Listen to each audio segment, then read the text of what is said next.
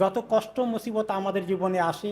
এগুলো সাময়িক কষ্ট, সাময়িক ক্ষতি, কিন্তু সবরের সাথে নিলে এগুলোর বিনিময়ে আল্লাহ তাআলা অনেক বড় পুরস্কার দিবে, বেগাইরে হিসাব দিবে। যা আমার আল্লাহর পক্ষ থেকে এসেছে, কোনো ডাক্তার দূর করতে পারছে না, কেউ সরাতে পারছে না, আমি অস্থির হব না, আল্লাহর উপরে ফয়সালা করবো, আল্লাহর ফয়সালার দিকে চেয়ে থাকবো, এবং এই এক একটি কষ্টের বিনিময়ে তার সমস্ত গুনাহ মাফ হতে থাকে, গুনাহ মাফ হতে থাকে। ছোট্ট একটি কাটার গুতা লাগলেও এই কষ্ট মানুষের অনেক গুনাহ মাফ করে দেয়। আর যদি বড় কষ্ট আসে, কত ব্যথা শরীরের মধ্যে, কত দিন থেকে বিছানায় শুয়ে আছে, কত কষ্টে, কত পেরেশানি যাচ্ছে, দূর হচ্ছে না, কত ঔষধপত্র কোনো কাজ করছে না, তারপরেও আল্লাহর দিকে তাকিয়ে সবর করে থাকলে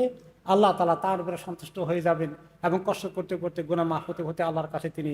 একদম নিষ্পাপ হয়ে চলে যাবেন। হাদিসে এসেছে যে কষ্টের পরে কষ্ট, দুঃখের পরে দুঃখ কোনো কোনো মুমিন জিন্দেগিতে যখন আসে, এই কষ্ট দুঃখগুলো তাকে এত